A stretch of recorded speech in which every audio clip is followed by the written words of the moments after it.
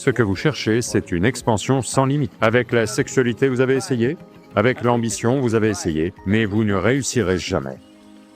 Si vous réussissez, ça s'appelle yoga.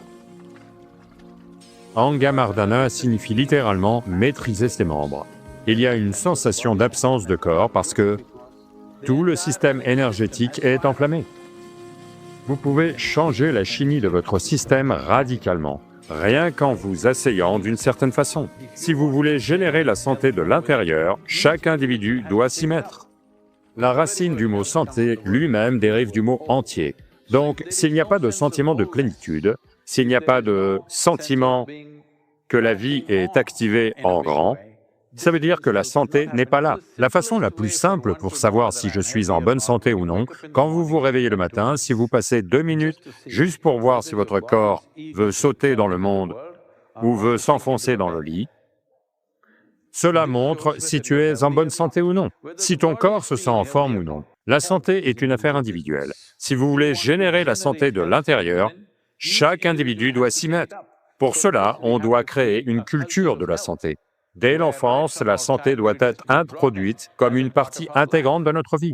Pour amener cela, les sciences du yoga doivent arriver. Maintenant, j'ai peur d'utiliser le mot yoga en Amérique, donc je leur dis toujours que c'est de l'ingénierie intérieure.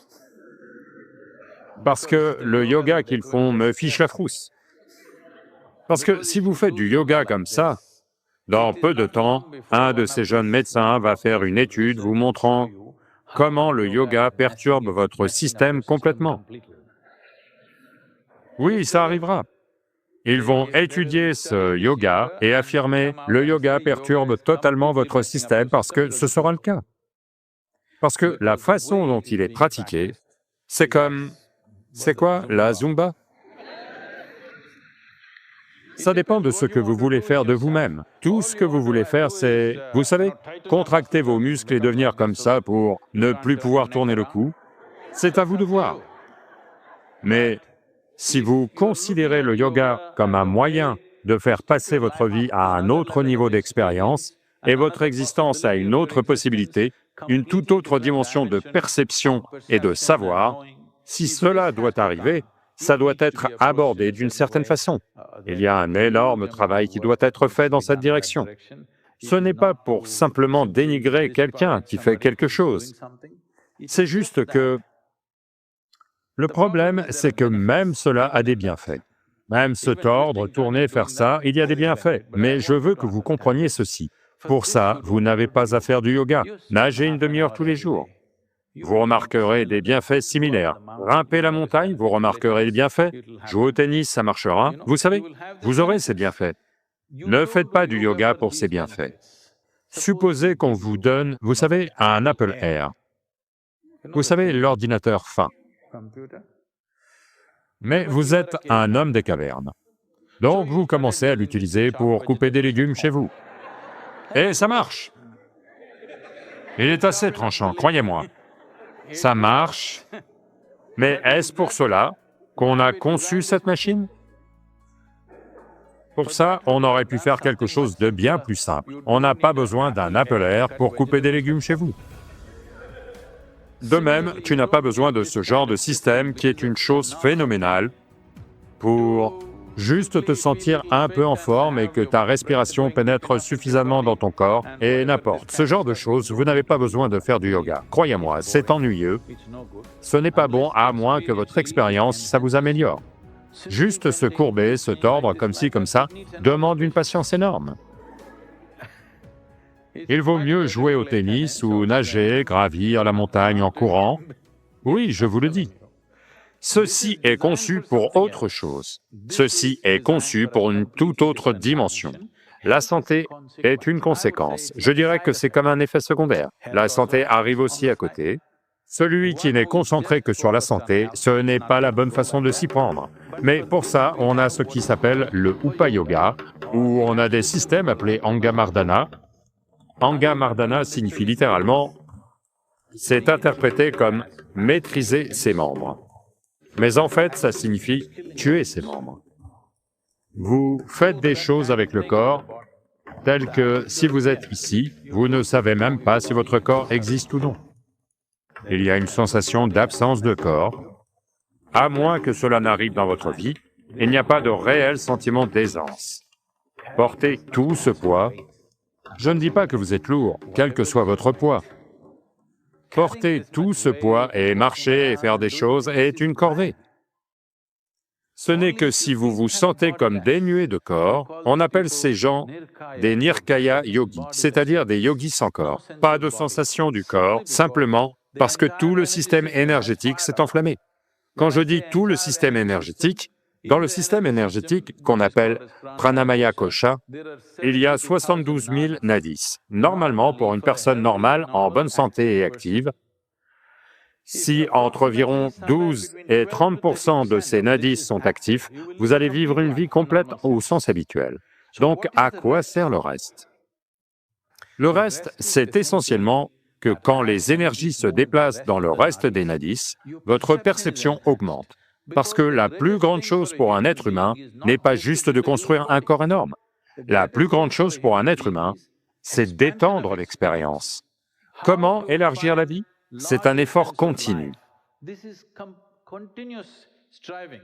Cette aspiration à devenir un peu plus que ce que vous êtes en ce moment, si elle s'exprime très... Cette aspiration est toujours active, consciemment ou inconsciemment. Si elle s'exprime d'une façon physique simple et basique, on appelle ça la sexualité. Si elle s'exprime émotionnellement, on appelle ça l'amour.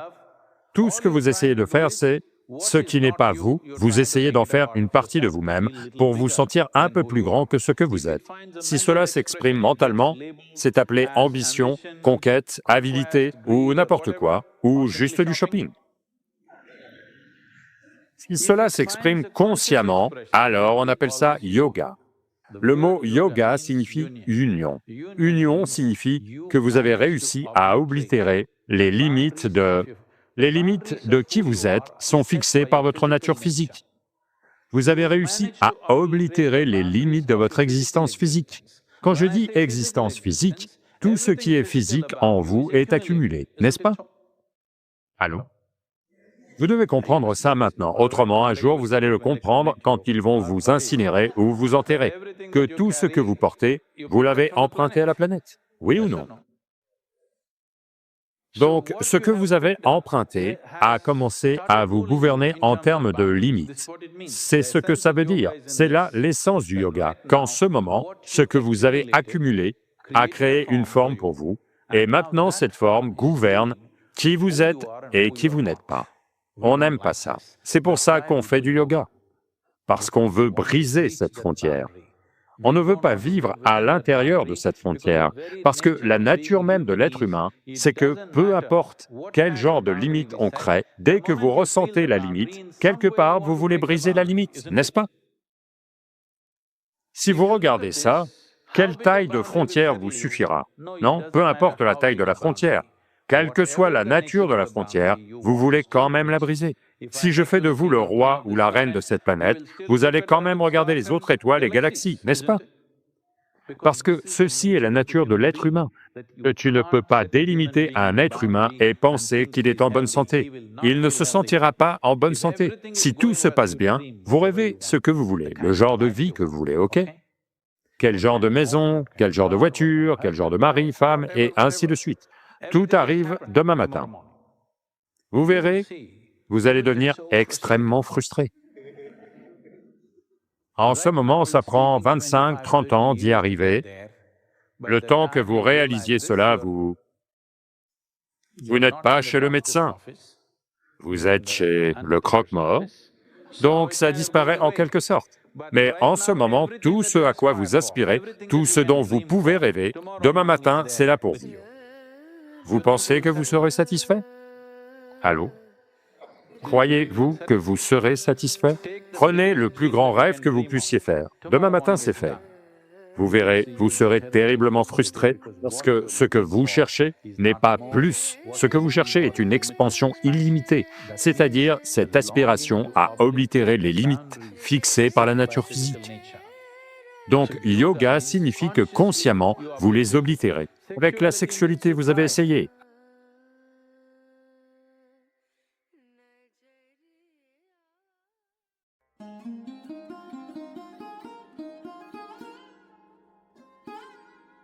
C'est de la souffrance mentale dont vous parlez. Je dois vous raconter cet incident. Il y avait un évêque dans la communauté grecque orthodoxe à Istanbul. Il se rend en Inde du Sud et il veut rencontrer un authentique yogi. Si tu es debout, elle fait mal. Si tu es allongé, elle fait mal. Namaskaram Sadhguru. They say pain is an inevitable part of life. Is that so? Cela s'est passé en 1924. Il y avait un évêque dans la communauté grecque orthodoxe à Istanbul. Étant sur la route de la soie depuis l'Inde, beaucoup d'histoires de yogis et mystiques et de choses miraculeuses avaient traversé le Bosphore depuis des siècles. Donc, cet évêque a toujours voulu aller en Inde pour rencontrer un mystique ou un yogi. Cela n'était jamais arrivé parce qu'étant un homme d'église, il ne peut pas choisir où il va. Mais une fois, à moitié retraité, il a l'occasion d'aller en Inde du Sud. Il arrive en Inde du Sud et il veut rencontrer un authentique yogi. Donc quelqu'un lui dit, si tu vas en haut de la montagne comme ça, devant telle grotte, il y a un yogi. Il y sera, tu peux le rencontrer. C'est la bonne personne à rencontrer pour toi. Donc notre homme se met en route sur la montagne. Les montagnes ne sont pas tendres avec les gens. Vous savez? À moins de te maintenir en forme, elles ne sont pas tendres du tout. Donc il grimpe, tout essoufflé. Et il voit le yogi assis là, totalement extatique, les yeux fermés. Les gens lui avaient dit, si tu vois un yogi indien, tu dois te prosterner. Mais sa forme physique ne lui permet pas. Avec grande difficulté, il se prosterne et très bruyamment, il se relève. Entendant tout ce remue-ménage, le yogi ouvre les yeux et sourit. Alors l'évêque demande, « Puis-je vous poser une question ?» Le yogi dit, « Je vous en prie. »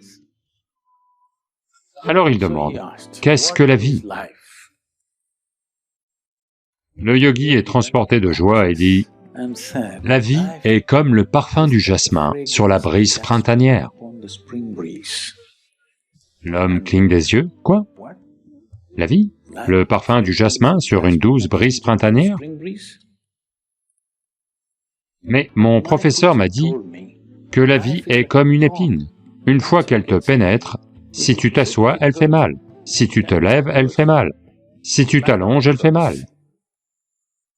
Et vous, vous dites que la vie est comme le parfum du jasmin sur une douce brise printanière? Comment est-ce possible? Demande-t-il. Le yogi sourit et dit, « Eh bien, c'est sa vie. »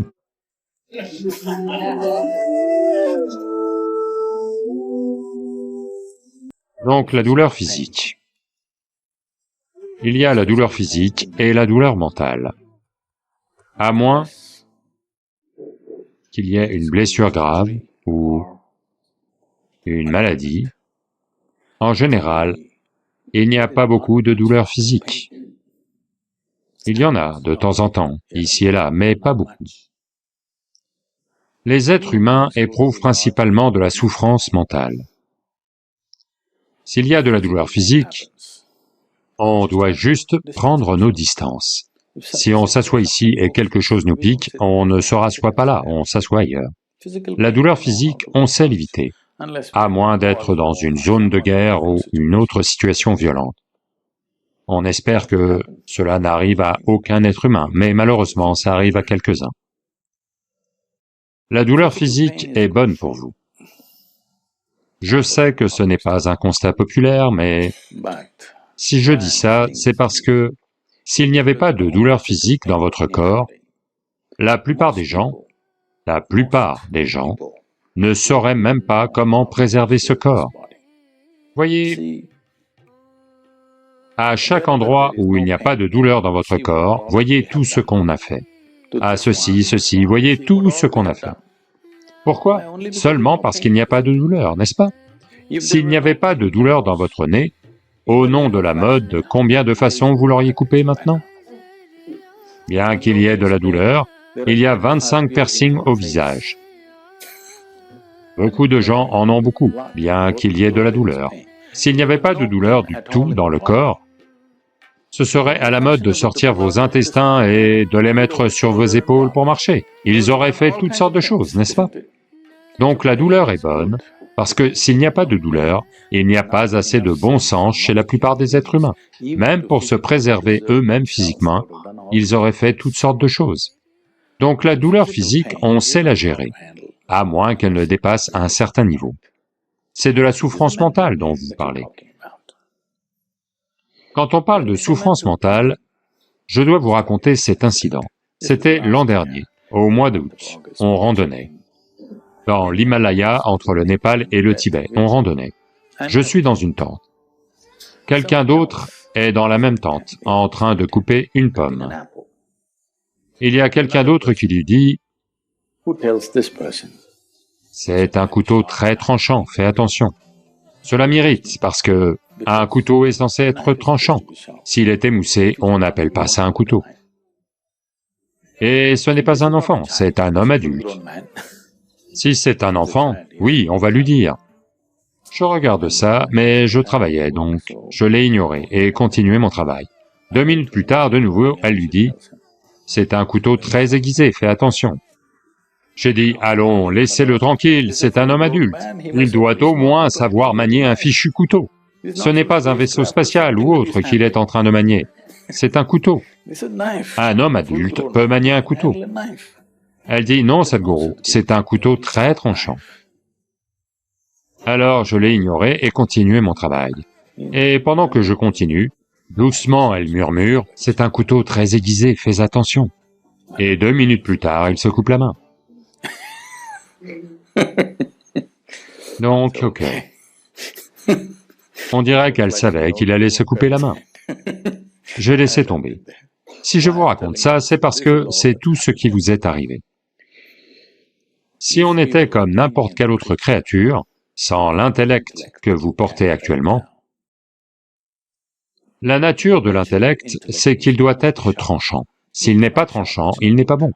Oui ou non? En ce moment, le problème c'est que vous avez un couteau tranchant dans la main, mais vous n'avez pas une main stable. Vous vous piquez tout le temps. Si vous aviez le mental d'un sanglier, je ne pense pas que vous seriez si blessé, à moins d'être abattu. Comme vous avez l'intellect d'un être humain qui est tranchant, et que votre main n'est pas stable, tous les jours vous vous coupez pour telle ou telle raison. Quoi que ce soit, la douleur ou le plaisir, la douleur ou le plaisir en vous n'ont lieu qu'en vous, n'est-ce pas?